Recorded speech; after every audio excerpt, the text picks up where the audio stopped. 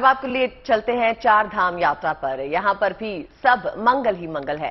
केदारनाथ में बर्फबारी रुक गई है। जहाँ बर्फबारी हो भी रही है उससे भक्तों को कोई फर्क नहीं पड़ता दिखाई दे रहा। आपको बता दें कि भक्त पूरे उत्साह के साथ यानी कि यात्रा पूरी कर रहे हैं। वो रास्ते में लोगों में अपने भगवान के लिए उमंग देखते ही बन रहा है। लोग हंसते हंसते और मुस्कुराते हुए सभी मुश्किलों को पार कर रहे हैं और इंतजार कर रहे हैं भोलेनाथ के दर्शन के।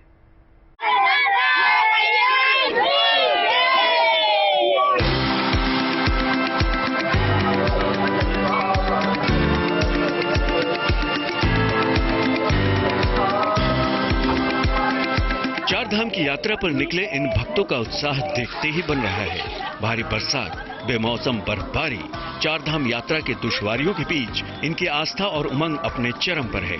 मौसम की बेरुखी पर इनका अपने आराध्य को लेकर प्रेम भारी दिख रहा है।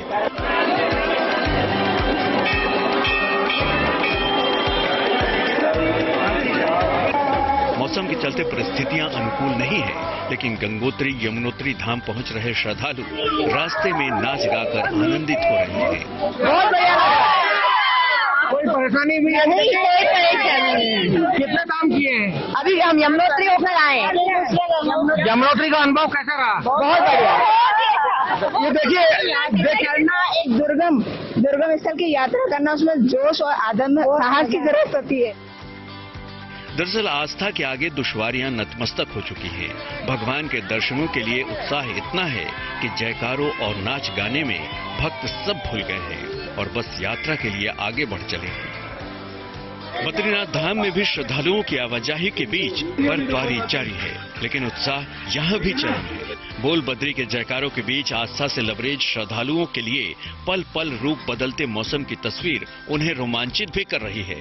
लगातार गिर रहे बर्फ के फाहे यकीनन यहाँ पहुँच रहे श्रद्धालुओं के लिए किसी सरप्राइज से कम नहीं है, लेकिन श्रद्धालु बड़ी संख्या में यहाँ जुटे हैं, आनंद और उत्साह से लबरेज हैं। वो तो बस बद्री विशाल के एक दर्शन के लिए लालायित हैं। हालांकि प्रशासन ने मौसम को देखते हुए उनसे रुकने की अपील भी की है। इधर केदारनाथ में मौसम साफ हो चुका है। यहाँ भी श्रद्धालुओं के उत्साह में कोई कमी नहीं दिखी। सोनप्रयाग में सुबह से ही केदार धाम जाने के लिए यात्रियों की लंबी लाइन लग गई थी। आज सोनप्रयाग से करीब 5000 यात्रियों को केदार धाम की यात्रा पर भेजा गया। आज केदार धाम में वायुसेना का मालवाहक हेलीकॉप्टर चिनूक भी पुनर्निर्माण की सामग्री के साथ पहुंचा तो लोगों का उत्साह दोगुना हो गया। चार धाम की यात्रा श्रद्धालुओं के लिए मुश्किल रहित हो, प्रशासन इसके लिए हर संभव कोशिश कर रहा है। ये अलग बात है कि हर मुश्किल का सामना करते हुए श्रद्धालु चार धाम यात्रा के लिए आगे बढ़ते जा रहे हैं। उत्तरकाशी से ओंकार बहुगुणा, रुद्रप्रयाग से प्रवीण सिमवाल और चमोली से कमल नयन सिलोड़ी के साथ bureau report, good news today.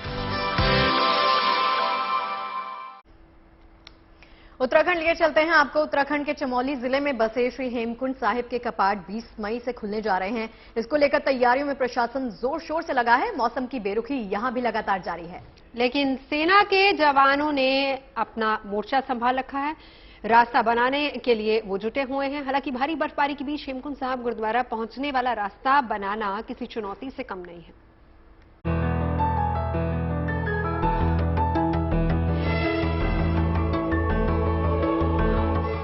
कई फीट जम गई मोटी बर्फ की परतों को काटते सेना के जवान।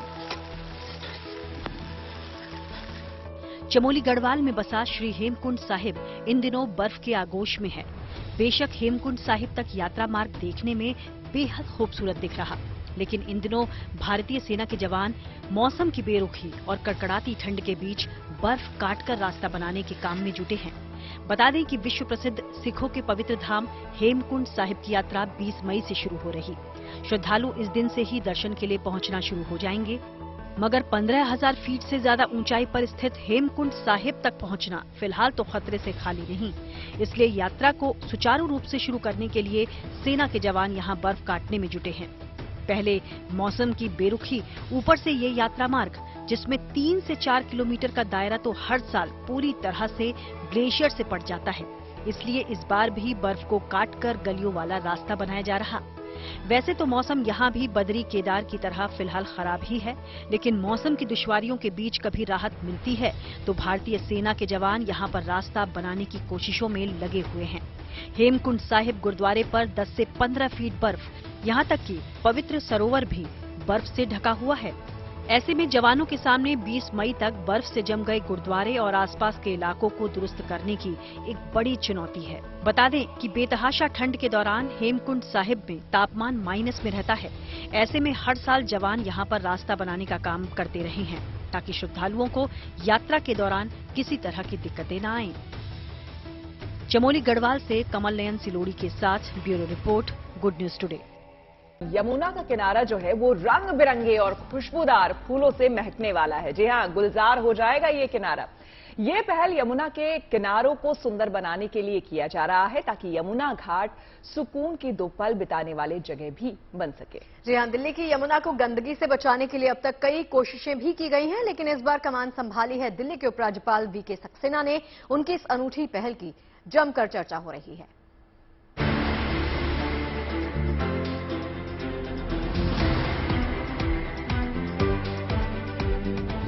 दिल्ली को फूलों का शहर बनाने की तैयारियां हो रही। तस्वीर यमुना किनारे के उन क्षेत्रों की है जहां कभी गंदगी और बदबू का अंबार था, लेकिन एक अच्छी पहल के तहत यमुना किनारे कुदसिया घाट से लेकर ITO बैराज तक की ये जगह अब चेरी ब्लॉसम और चिनार की खुशबू से महकेंगी। दरअसल हाल ही में उपराज्यपाल वीके सक्सेना की देखरेख में यमुना नदी के 3 टापू यानी आइलैंड पर 1400 से ज्यादा पौधे लगाए गए। इनमें से एक आइलैंड पर पहली बार 600 पौधे लगाए गए, जिनमें 300 पौधे तो खासतौर से चेरी ब्लॉसम और चिनार के रोपे गए। यमुना घाट में एक आइलैंड में जहां पे 600 से ज्यादा पौधे लगाए गए हैं। इन पौधों में से 2 प्रजातियां बहुत खास हैं। एक है चिनार के पौधे की प्रजाति और दूसरा है चेरी ब्लॉसम।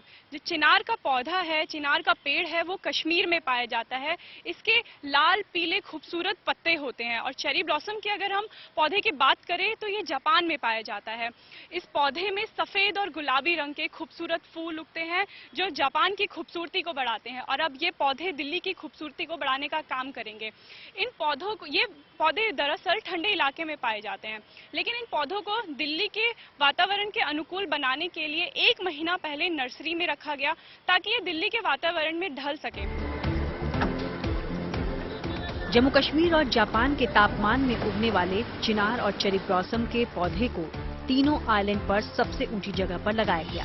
इससे पहले इन सेपलिंग्स को 1 महीने तक बैलेंस्ड टेम्परेचर में नर्सरी में रखा गया ताकि दिल्ली के मौसम में ये अनुकूलित हो सके। फिर इन सेपलिंग को आपस में 3 मीटर की दूरी पर लगाया गया, जबकि बाकी बची जगहों पर ग्रिड फॉर्मेशन में दूसरी सेपलिंग लगाई गई।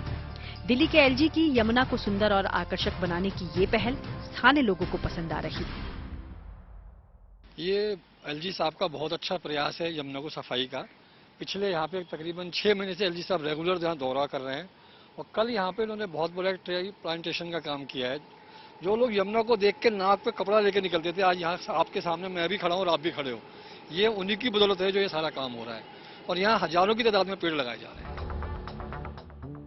तो अगर सब कुछ अच्छा रहा तो यमुना नदी के किनारे टापुओं पर खुशबूदार और सुंदर सुंदर फूलों की क्यारियां यहाँ के माहौल को जरूर महकाएंगी, जिसके लिए चेरी ब्लॉसम और चिनार ही नहीं बल्कि कचनार, वीपिंग विलो, सेमल, बॉटल ब्रश, बोगनविलिया और कनेर के फूलों के 1400 से ज्यादा पौधे शामिल किए गए। बेशक कोशिश सराहनीय है। उम्मीद है गंदगी से जूझ रही दिल्ली वाली यमुना के किनारे की फिजा बदलेगी। दिल्ली से अनामिका गौड के साथ bureau report, good news today. लो भाई, गर्मी का मौसम है और मेरी फेवरेट लस्सी वाला मौसम आ गया। लस्सी आप में से किस किस को अच्छी लगती है? मुझे भी गर्मी में तो हर कोई पीना चाहता है। अपने अपने इलाके की फेवरेट लस्सी बता दो। भाई हमारे यहाँ मक्खन वाली लस्सी मुझे लगता है हमारे यहाँ अलग नहीं होती। लस्सी बनने के बाद अलग से मलाई ऊपर डाली जाती है। Same, So that is same, same. Same. हमारे यहाँ पेड़े वाली लस्सी के साथ साथ एक फ्रेग्रेंस होती है, वो हमारे यहाँ डाली जाती है मथुरा में। हाँ, केवड़ा होता है शायद, केवड़ा फ्लेवर। हाँ, फ्लेवर। हमारे यहाँ पर छाछ या मीठी लस्सी। छाछ या मीठी लस्सी। लेकिन आपने लस्सी का फ्यूजन सुना है? मेरे मुंह में पानी आ गया। एक्चुअली लस्सी की 25 से ज्यादा वैरायटीज, आप सही मायने में कंफ्यूज हो जाएंगे। मैं सीधा आपको जयपुर ले चलती हूँ और वहां से अदिति हमको बताइए कि क्या क्या खास है इसमें। यहाँ देश में आजकल स्टार्टअप्स का दौर जो चल रहा है, तो युवा पढ़ाई लिखाई के साथ अपना खुद का स्टार्टअप शुरू कर रहे हैं। ऐसे ही दो दोस्तों ने जयपुर में फ्यूजन लस्सी के नाम से अपना स्टार्टअप शुरू किया है।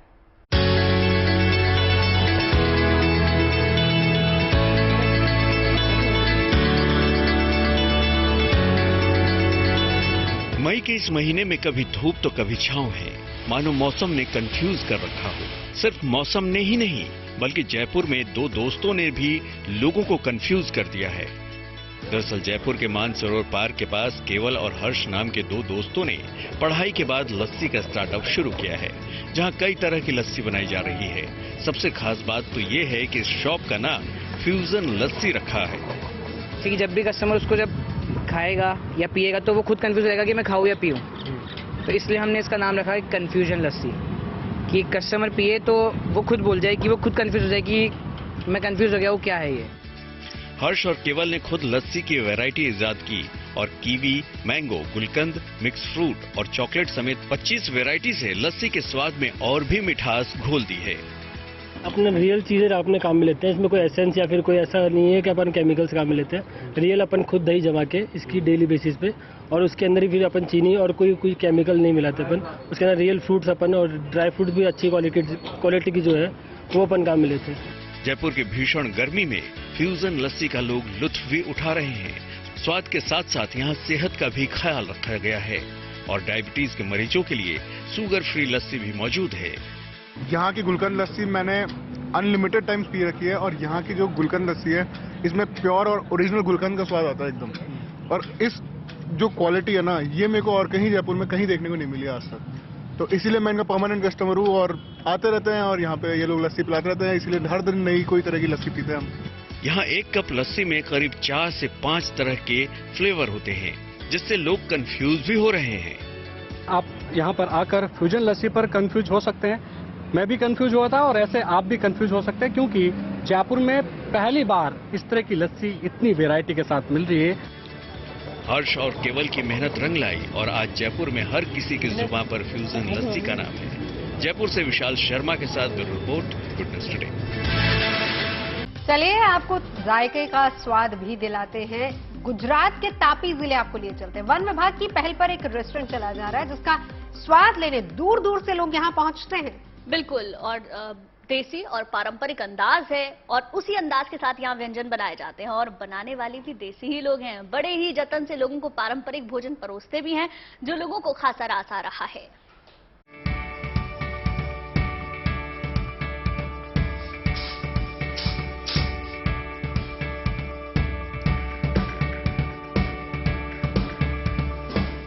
सेव, टमाटर, चावल, रोटी, दाल और घर जैसा स्वाद, ये सब कुछ मिलेगा आपको गुजरात के तापी जिले में आने वाले वो कई इलाके में मौजूद वनश्री रेस्टोरेंट में। यहाँ बनने वाले खाने की तुलना किसी दूसरे रेस्टोरेंट से नहीं की जा सकती, ऐसा यहाँ आकर खाना खाने वाले मानते हैं।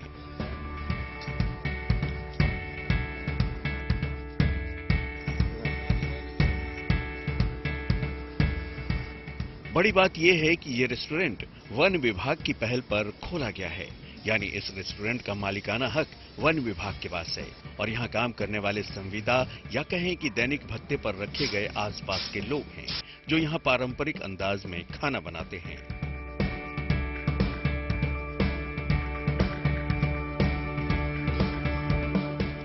यहाँ बाकायदा लकड़ियों के चूल्हे पर हर चीज पकाई जाती है। साफ सफाई और घर जैसे खाने के लिए मेहनत भी घर की महिलाओं की तरह यहाँ की जाती है।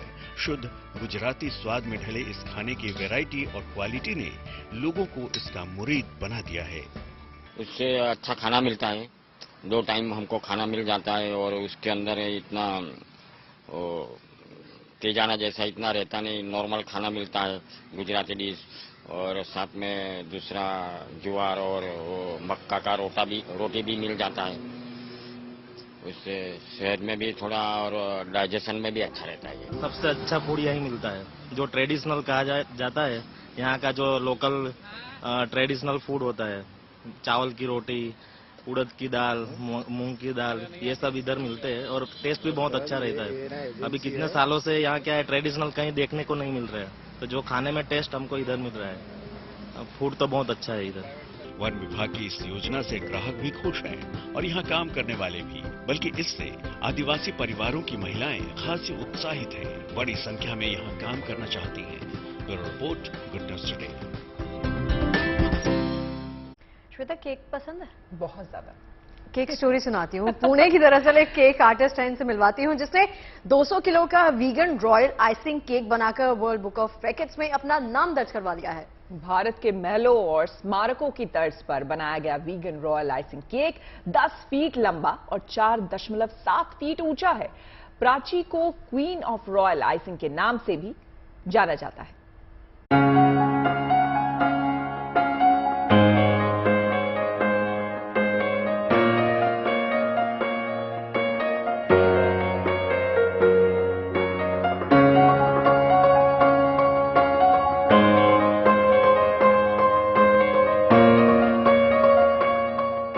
महलनुमा जिस खूबसूरत नक्काशीदार कलाकृति को आप अपने टीवी स्क्रीन पर देख रहे हैं, वो दरअसल एक केक है। और अगर कहें कि ये केक खाने से ज्यादा घर की शोभा बढ़ाने के लायक है, तो ऐसा कहना शायद गलत नहीं होगा। इस 200 किलो के वीगन आइसिंग केक को बनाया है पुणे की जानी मानी केक आर्टिस्ट प्राची धबल देवदी। और ऐसा कर प्राची ने अपने ही रिकॉर्ड को ब्रेक कर वर्ल्ड बुक ऑफ रिकॉर्ड्स में अपना नाम दर्ज करा लिया है।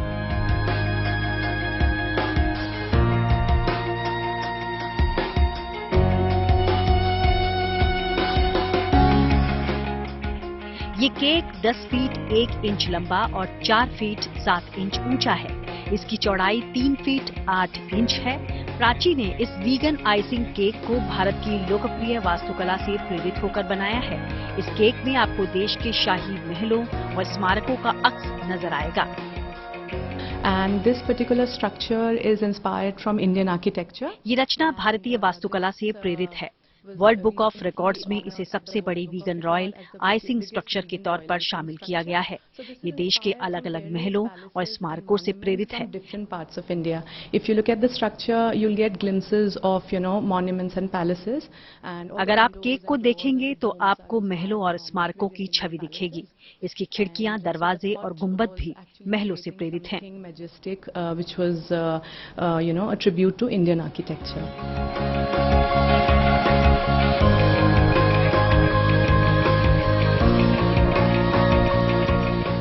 प्राची ने मिलान कैथेड्रल की तर्ज पर 100 किलोग्राम केक बनाने का रिकॉर्ड बनाया था और अब 200 किलो का केक बनाकर प्राची ने एक नया रिकॉर्ड बना दिया है। Vegan royal icing cake Prachi की अपनी रेसिपी है। ऐसी रचना बनाने के लिए काफी धैर्य और कौशल की आवश्यकता होती है। वीगन रॉयल आइसिंग केक बनाने में दक्षता की वजह से प्राची को क्वीन ऑफ रॉयल आइसिंग के नाम से भी जाना जाता है। 11 साल पहले केक आर्टिस्ट के तौर पर प्राची ने अपनी जर्नी की शुरुआत की। लंदन से रॉयल आइसिंग की तकनीक सीखी और फिर भारत आकर प्राची ने वास्तुकला को केंद्र में रखकर वीगन आइसिंग केक बनाने का सफर शुरू कर दिया। Bureau report, good news today.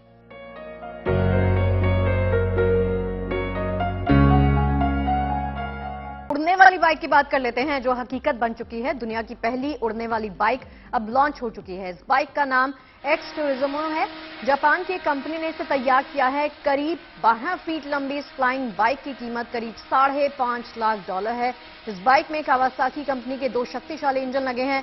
साथ ही साथ इसमें एक बैटरी भी लगी है, जो बाइक के चारों कोनों पर लगे पंखों को चलाती है। बाइक का वीडियो सोशल मीडिया पर खूब वायरल है। चलिए, तो चाय पर चर्चा में आज के लिए फिलहाल इतना ही। यानी कि आज के लिए अब आपको टाटा बाय बाय कहने का हमारा वक्त आ गया है। तो आपसे कल हम फिर से मुलाकात करेंगे और खूब सारी चर्चाएं भी होंगी चाय पर।